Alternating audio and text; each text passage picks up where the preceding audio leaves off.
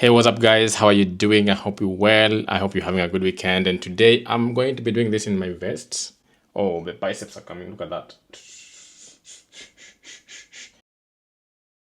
So it's really hot where I am right now. It's summer, so the weather is like crazy hot. Anyway, guys, I hope you're okay. Do you like my new hat? Yeah, no, nice hat, right? Nice hat. Nice hat, nice vest. Casual, easy, summer day outfit. It's a Sunday, it's bright, it's beautiful, so don't be stuck up, guys. I'm not a suit guy. I'm a suit guy when I need to be. Anyway, guys, this weekend and the last 1 week, it's just been about Bezos and Laura Sanchez. And of course, by the time I'm shooting this video, this is the weekend that this wedding is happening.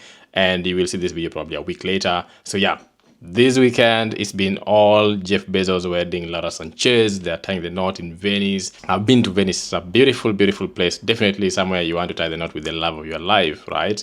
Anyways, this weekend, every media house, everywhere we're talking about this wedding. And this made me think, hey, from a financial perspective, what lessons do we draw? Because we are living in a society. I always say we live in a society and therefore our finances are connected to everything around us. Whether you want it or not, we learn money lessons from everything. So if you just focus on, oh, let me just talk about money or let's talk about investing every single day, but you don't look at the society and look at the things happening around you to try and figure out what is happening, how you're learning from other people who are ahead of you, how are you learning from other people around you in your environment, how are you learning from everything that's happening around you. That's the most important thing. They say a wise person learns from their environment. You learn from what people are doing, so you don't wait for things to happen to you. You can just see what's happening in your environment and you take lessons. So this wedding obviously caught attention of the media because it's Jeff Bezos. He's like the CEO and founder of Amazon. Everything you know about Amazon. E-commerce is like the king of e-commerce. He's made money. He's one of the richest people in the world right now. He's billions and billions of dollars worth. He's actually been one of the richest people in the world for 3 years running before,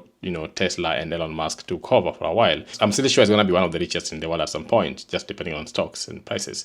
Anyways, so this wedding has got the attention of the media and everyone else talking about it. But what are the lessons we learned from this wedding? Now, these are the money lessons and these are things we can apply in our normal everyday life, right? So this was a star-studded wedding. All the A-listers in the wedding, they spent over $50 million as speculated by the media. They did it in like a nice island, beautiful, everything cordoned off, security tight. What are the main lessons you would learn from this wedding from a financial perspective? Number one, there has been protests in Venice and Italy generally that with these rich people coming into the country, they are disrupting their normal lives because of the activities around it and, security and stuff like that. So a lot of people or Venetians felt that this was disrupting their normal life. So these rich people come into your community and they're disrupting life. And of course, the authorities said, hey, this is a good thing because it brings in money because these people come in with a lot of money and they're spending a lot of money in Venice. So obviously, this became a big thing. So there were protests about, the wedding happening. And this is one thing I want to talk about that people do hate the rich. If you're going to make money in this world, be comfortable being hated. If you're going to be rich, you need to start knowing that you will be hated. People won't like you. Somehow, it's just a natural thing for humans not to like someone who is doing extremely well. And it's something you need to get used to. So for those of you who are making money, investing, constantly working on yourself, working on your business, working on anything that you care about that might give you some success, some level of success that people can see and people can actually envy, be comfortable being hated. Just be comfortable that a lot of people will not like you. And it's something that's so ingrained and so taught into us that, because we're in a competitive world, we're in a world whereby everyone is trying to make it. So those who have extremely made it will obviously face that kind of envy from other people. And therefore, you have to be comfortable that there are people who will never like you. You have to be comfortable that some people won't be so thrilled by your riches, But what I learned from that is that if you're going to make money, if you're going to break barriers, if you're going to go to high levels, be comfortable being hated. Be comfortable not being liked by everyone. Don't try to be rich and be loved by everyone. That's just part of the game. Don't try to be extremely successful but still trying to please everybody. It means basically pleasing everyone and being successful are just two opposite sides of the coin. So you can't please every single person. You can't make every single person happy and still make it in life. I've had people like Jay-Z talk about their families and how they don't give them money, they don't give handouts, and most of their family members actually don't like them for that. People who have made money is because they have been frugal, they have been focused on money management, they are very tight with their money, and that's why people say billionaires are mean. They are mean. Why? Because they have learned the art of money. With money, you have to save it. If you just keep splashing it around and giving it to people who are undeserving, then it just leaves you at some point. I'm not saying you shouldn't give, but you should give when it is deserving. Most of the time, you find that families overuse you People around you might use you for their own gains and they never actually help you grow in any way. You will be hated if you're gonna be super rich. So be comfortable with that. People just don't like rich people. Somehow people find something wrong with them. People find something wrong to complain about. So I find this to be something so ingrained that it can't change so easily. So be comfortable with it. The second thing is very important. Those of you who do burden us with your weddings, I always say a wedding is a luxury. Marriage is a luxury. You see Jeff Bezos getting married at his age. I think Laura Sanchez is like 55 as well. These people are getting married at a very late age. Obviously, they've been divorced before. They have been married and divorced. But they didn't do a wedding whereby they had to beg people to come and contribute for them. Do a wedding based on what you can afford. If you want a wedding, get the money, save the money, figure out how you can afford that wedding. If we come as guests, we will come with our gifts, we will come with our presents, but it doesn't become our burden. Don't make a wedding people's burden. Don't form WhatsApp groups and add people without even telling them anything and then you expect them to carry your wedding a whole. I've seen people asking friends and family to carry their wedding 100%. A wedding is a luxury. You don't need it. It's not important. And remember, you can do it at any stage of life. These people are doing their wedding at a very late stage, but they're comfortable. They can pay for it. They can do it wherever they want to and however much they want to spend on it without any restrictions, without begging people to give them money, without burdening anybody. They are doing the wedding according to what they can actually afford, and they can afford it. That's why they did a $50 million wedding. The dress is Dolce & Gabbana, which probably cost over $1 million or something. If you look at the ring, it's crazy. If you look at the amount of money that we used just for security and transport and their guests to get to the place. And I was told they didn't even allow guests to come with gifts. So again, don't burden people with a wedding. A wedding is a luxury. Do it when you're in a position to, and do a wedding that fits within your capabilities, financial capabilities. So don't go calling everyone on WhatsApp groups to try and do a wedding. It's not important. And if you haven't done one for any reason, then you have a lot of chances in life to wed. So let's make this a habit that, do a wedding based on your financial capabilities. Do a wedding that you can pay for, you can enjoy it, and therefore no one will say, oh, we helped you get married, And then get money first. Focus on getting money. Money makes everything falls into place. It makes everything much easier. I've seen people struggling to wed, struggling so much and going through so much to just have a wedding. Why? Why go through so much stress, so much hassle just to get a wedding? No. You can make money, and once you make money, once you have enough, everything else will fall into place. So money will obviously make your life much easier if you're going to be doing a wedding. Make sure you have everything ready financially speaking before you get to that wedding stage. Then the other thing is, marry someone who's accomplished on their own right. Why do I say this? I say this because someone like Jeff Bezos has money. The guy is a manager, the guy is a CEO, the guy is busy. He needs somebody who's also well accomplished. Laura Sanchez is a well-accomplished journalist, and she has a life, she's built a proper career as well, and therefore, I say all the time, marry someone who has known how to manage stuff, known how to manage money, known how to deal with money, known how to be successful. This idea of African men being taught to go for someone who is less dominant, who is someone who is, docile, someone who has not really achieved much because they have this idea that if someone is so successful, they are going to be, difficult to live with. That's an old, outdated idea.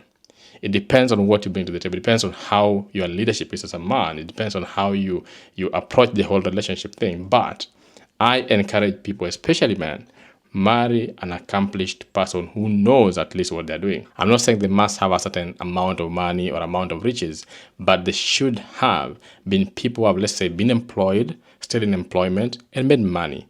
People have had a life. They have managed their lives, because the biggest company you can ever manage is you. So if you have managed your life successfully, you've gone to a job, you've stayed at that job, and you've built a career, you're someone who can be trusted to have money. You're someone who can be trusted to actually deal with rich people around you. You're someone who can be trusted to be introduced into wealth. But if you just pick someone from nowhere and then introduce them into that kind of wealth, and chances are that it doesn't really succeed as you'd want it. So get an accomplished person within your class, not really within your class as such, but get an accomplished person who has been in a position to manage finances, manage businesses, manage a career, manage maybe even a family in this case, right? This is someone who's managed a family. So obviously you want someone definitely was managed to do certain things for themselves and then in a position to handle the new things that you bring into the table. Someone like Jeff Bezos is coming with billions of money onto the table. So you need somebody who is able to comprehend that kind of money and manage it and not get lost in all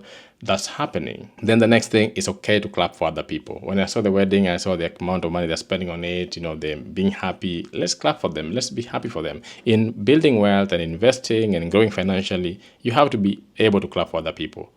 When they win, you clap. When they win, you clap. That's how you also get to grow. That's how you open doors for your own success. And that's how other people get to clap for you as well without thinking twice about it. So you know what?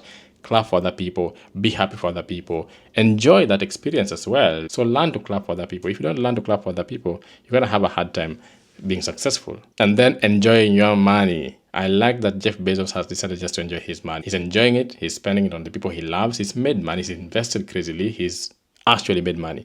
Most of the time we talk about making money, we talk about people building wealth, but rarely do we actually now see someone enjoying what they have actually invested. Jeff Bezos has written a book on how he worked so hard to build Amazon. This guy did not even sleep when he was building this company. He was fully dedicated to building that empire. Now that he's built it, he's doing really well, and he's one of the richest people in the world. He's actually enjoying the money. So even you, as you invest, as you put money aside, at some point you have to come back, sit down, and enjoy your money. That's a very important bit of building wealth, by the way. If you don't enjoy your money, that process becomes so difficult. It becomes strenuous.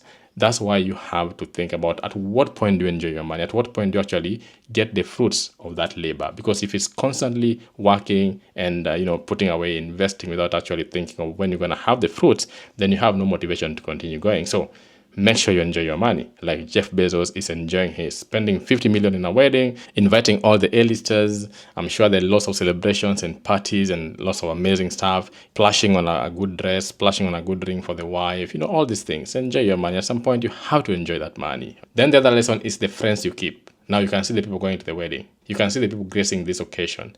It shows you the kind of people around you once you build wealth. So sometimes you might not have these people now, but once you build something that is visible, people will come. The right people will come, they will find you, and you will now make that club that then becomes a billionaires or a millionaires club. So the people around you define who you are. If you're at a stage whereby you can't still attract those people, then work harder, work smarter, work harder, get more money, because those people will come at the right time. Once you settle, once you're in a position to actually, take care of yourself, build something. Once you're in a financially free position, you will naturally attract those people who are in that position as well. So the people around you will define you. Don't carry baggage of certain people in your life because you just have to carry them despite the next level you're going to. Sometimes you have to shed off some people, move alone, and then the right people will find you. So the people around you will define your level of success as well, because you can be very successful, but then the people around you are just leeches and taking so much from you because they don't have anything of their own. They haven't built anything. But as you can see, this list of guests at this wedding, these are people who can support you. These are people who can give you gifts that can actually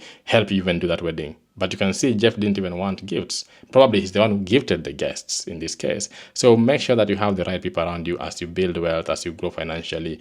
And when you get to that stage and you feel that there are certain people in your life that are still dragging you down, it's okay to let them go and focus on a new group of people who can help you nurture, protect, and build what you already have. And then life is just what you make it, guys. You can see these are two divorced people. They're not there being sad about what happened and what life happened to them and whatever happened. Jeff had one of the most expensive divorces in this world, and he paid the lady, and they're done, and they're friends, and they're okay. They have children. This is how you make life. Don't dwell on negative situations. Don't dwell on negative things. Even in investing world, sometimes you lose money, sometimes you make money. Don't dwell in these situations. These are two divorced people getting married right now at a stage that someone would say very late, but they're happy. And that's why you say life is what you make it. It's what you make it. It doesn't matter what stage, but life is exactly what you make it.